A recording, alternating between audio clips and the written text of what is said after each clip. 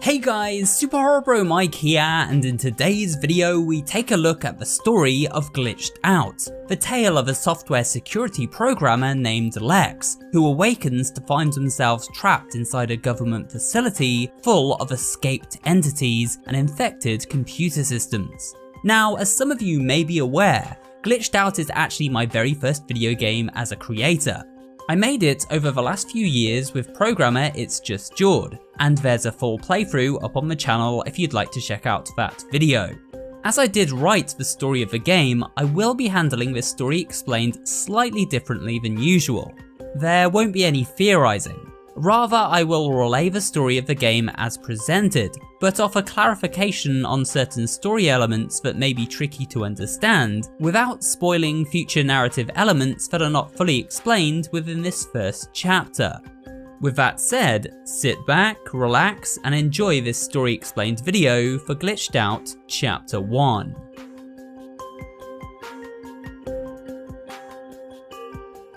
Glitched Out begins with the sound of an emergency alarm as our protagonist wakes to find herself trapped inside a blazing inferno.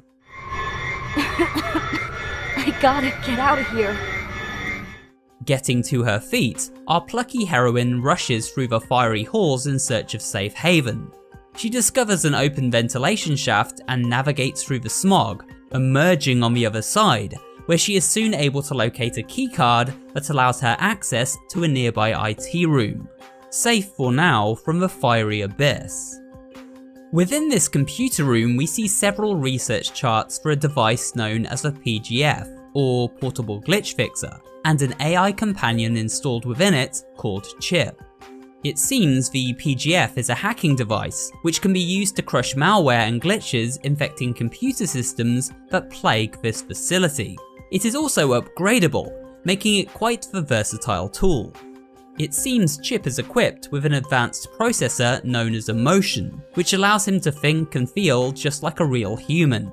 Lex notices a monitor with a glitching message which reads, "Find the key, set me free."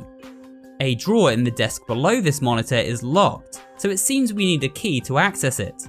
Sure enough, a key is located nearby, and indeed, it does unlock the drawer. Inside is a note from Head of Software Security, Franklin Banks. We learn that Mr. Banks has grown tired of treatment from upper management, who treated him like a robot and worked him to the bone. Because of this, he decided to quit his position, but before doing so, reprogrammed the door code to the server room as a way to stick it to the higher ups. Franklin leaves us a clue to help us work out the revised door code. We must first count the number of Foxy Pop soda cans in the vending machine. Next, the number of bobbleheads on the shelf above his co-worker's desk. And finally, the number of security breaches he prevented that month. Doing so reveals a 4-digit code, which allows our protagonist access to the server room where she discovers the PGF. What is this thing?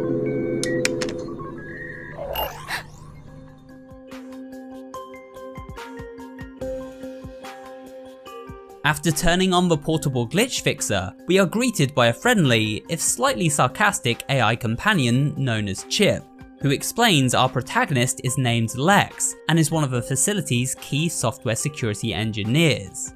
It seems Lex hasn't done the best job in the world though, as a major security breach has occurred, and glitches have spread through the facility's systems like wildfire. Chip explains this malware intrusion has caused containment cells to unlock and release hostile alien entities found within the facility. Doors and systems have gone into emergency lockdown as a safety measure. Chip also explains that his onboard antivirus saved him from corruption, and so thanks Lex as she was his programmer. After a brief tutorial where Chip reacquaints Lex with how to use the PGF device, the two set off to begin hacking their way to freedom. Although after hitting her head in the explosion that occurred alongside the security breach, she doesn't seem to remember anything, even her own name. Chip? PGF? Lex? I don't remember anything. Within the IT room is a power unit that is currently offline. Chip explains that in order to restore power to this generator and open the exit, Lex will need to use the PGF to hack the power unit and clear out any glitches from the system. He then guides Lex through the 3 basic hacking techniques. The first is known as columns, where the hacker must destroy glitches in both the left and right grids simultaneously as a marker moves across them. The second is called symbols. This hack requires the user to match symbols that cycle by in a box with the symbols found above. The final hack is titled memory. In this hack, a sequence will flash up on the grid, and we must remember the pattern and then input it in the correct order. Lex manages to successfully pass Chip's trial, and by doing so, access to the exit door is granted.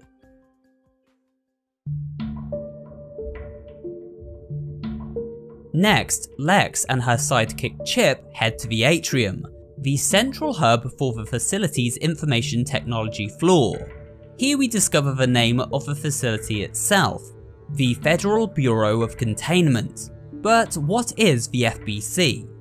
Well, later on in the chapter we are able to procure a projector tape which explains a little bit more about both the facility and the game world of Glitched Out as a whole.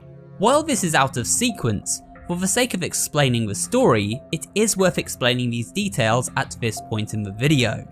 Upon playing the tape, we are greeted by the gruff sound of the Federal Bureau of Containment Director, Christoph Gast. My name is Christoph Gast, Director of this facility. I want to personally thank you for enlisting. You share a vision to keep our new home a safe and habitable place for all our citizens.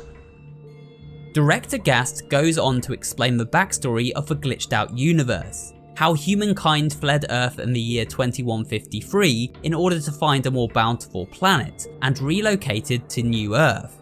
However, while safer than their previous dying planet, New Earth was infested with hostile alien specimens known as entities. And so the Federal Bureau of Containment was set up to contain and study these dangerous species. This then led to an uprising, as many civilians felt that the work the FBC carried out was oppressive and cruel, and so aimed to overthrow the government and this facility. This is why the facility has been hit by so many security breaches, as a result of the Liberation's attacks on their systems. Christoph Gast finishes his presentation by explaining that they are looking to recruit anyone with skills beneficial to the Federal Bureau of Containment. Whether that be software security engineers like Lex, soldiers who can stand against the entities, or zookeepers who can care for the aliens now housed within this facility. Now that we have some background on who the FBC is, and the location of New Earth where Glitched Out takes place, let's return to the story and continue where we left off. Lex manages to hack her way through the atrium after finding a keycode for the main power room by following clues left by software analyst Tony Chen. However, her progress is soon halted as she discovers the shutter door needed to reach the elevators leading to the surface is closed and powered down.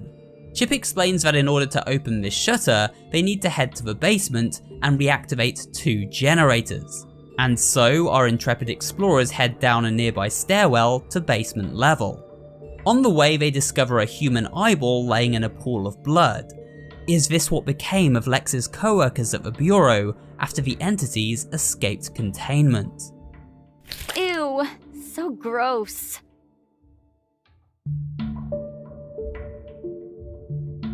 After entering the basement, Lex realizes she is now trapped until she activates the 2 power generators, which can only be powered up while the basement fire alarm is operational.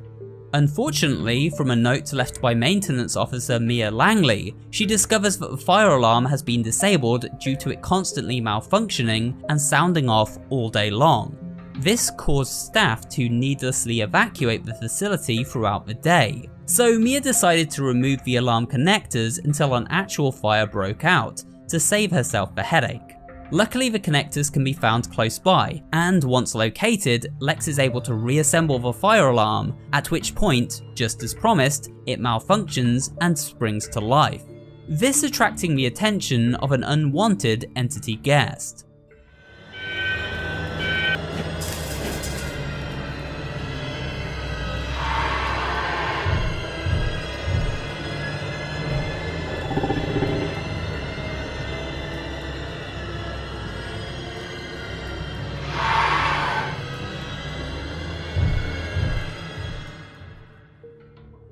Chip explains the entity is extremely hostile, and Lex will want to refer to the PGF to learn its ins and outs.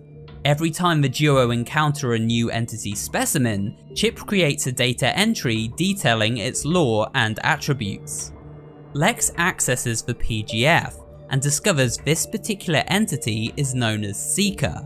From the data log, we learn that Seeker's entity number, as assigned by the Bureau, is 26, and was captured in the northern caverns of Taurus. It initially tore its captors limb from limb, but was eventually captured and contained within the FBC.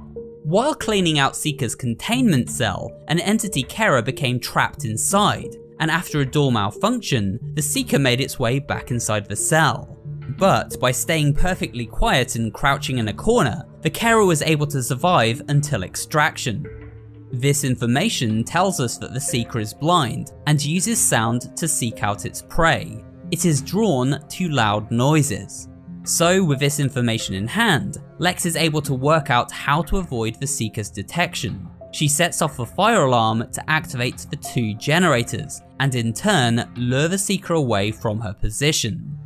After hacking both generators and restoring power to the shutters on the floor above, Lex manages to escape both the basement and the Seeker, and return to her main mission of escaping the facility.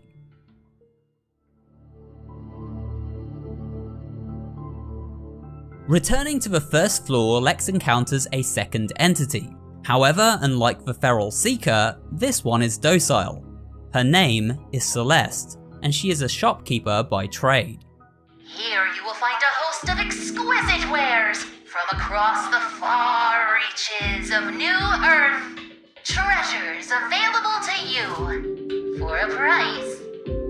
The currency I seek are eyes. Celeste seems to covet eyes, and wishes to offer them up to an entity she refers to as Mother Brain. Eyes are the currency she requests in return for items, so Lex must collect up the human eyes from corpses of entity victims in order to trade them for essential items.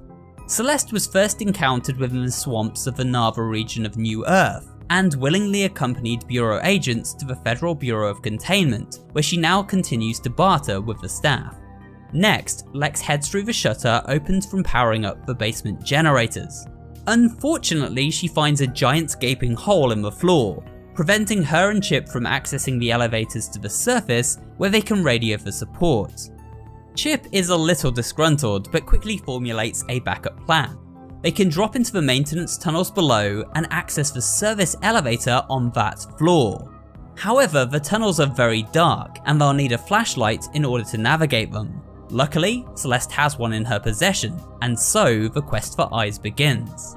After purchasing a red keycard, Lex is able to access several previously locked doors throughout the IT department. This leads her to locate enough eyes to purchase the flash upgrade. She also discovers an audio log from a Bureau staff member called William Grove, who speaks about an agent named Yushinata, who seems to be in the good graces of Bureau Director Christoph Gast. Agent Yushinata, why oh why does Director Gast have such an unhealthy obsession with you? Yushinata rose through the ranks quickly, despite middling test results. An average field agent swiftly promoted to the rank of top lieutenant. It makes no sense.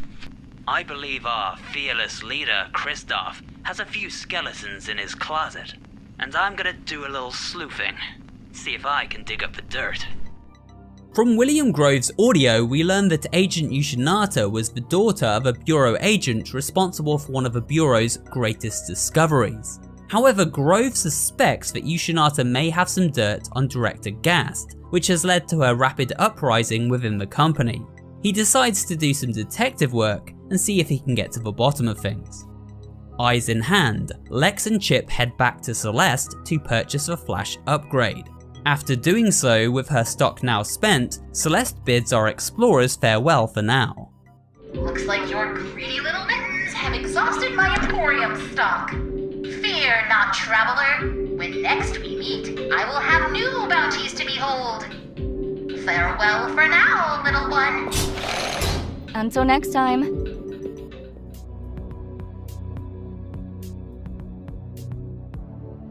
With a flashlight in hand, Lex and Chip take a leap of faith and jump down the hole to the maintenance tunnels below. Lex hits her head but soon wakes and discovers Chip is dazed. She shakes him back to consciousness and the two continue with their journey, more bonded than ever before. Chip explains that all they need to do now is reach the service elevator and they'll be home free. To power up the shutter leading to the elevator, Lex must hack 3 power units throughout the tunnels, and so she sets off into the darkness of this underground maze. It's time to use that flash upgrade, which has 2 uses. Firstly, it acts as a flashlight to navigate the darkest corners of the facility, and secondly, it can be used as a stun gun to flash certain entities susceptible to bright lights.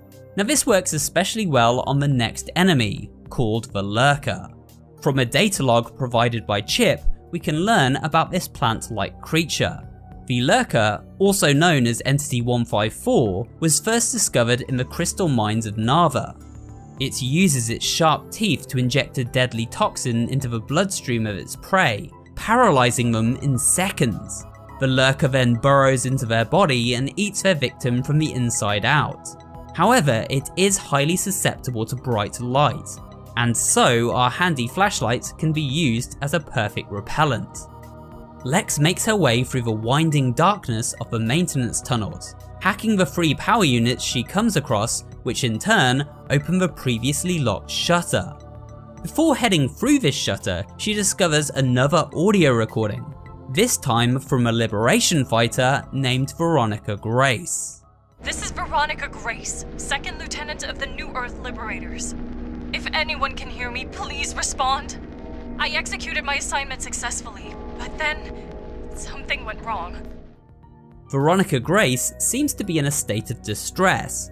She mentions how she completed her mission successfully, but now finds herself trapped inside the Bureau, with many of the entity specimens on the loose and out for blood. She also mentions she heard a loud sound emanating from the surface. Could this be some kind of explosion? It seems as though Veronica may be involved in the security breach that occurred within the Bureau, a mole within the FBC acting on behalf of the Liberation. Lex comments that she recognizes Veronica's voice and name. I recognize her voice. And that name. But where from?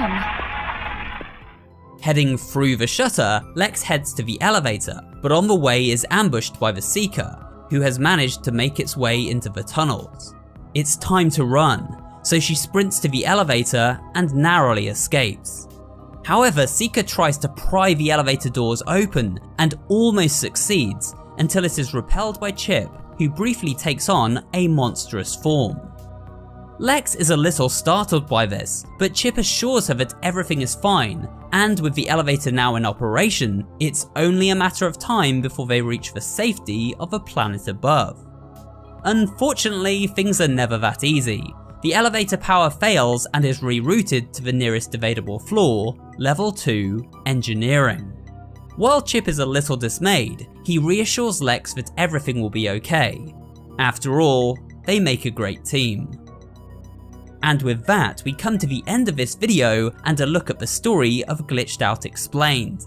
I hope you enjoyed this video and found it both entertaining and informative.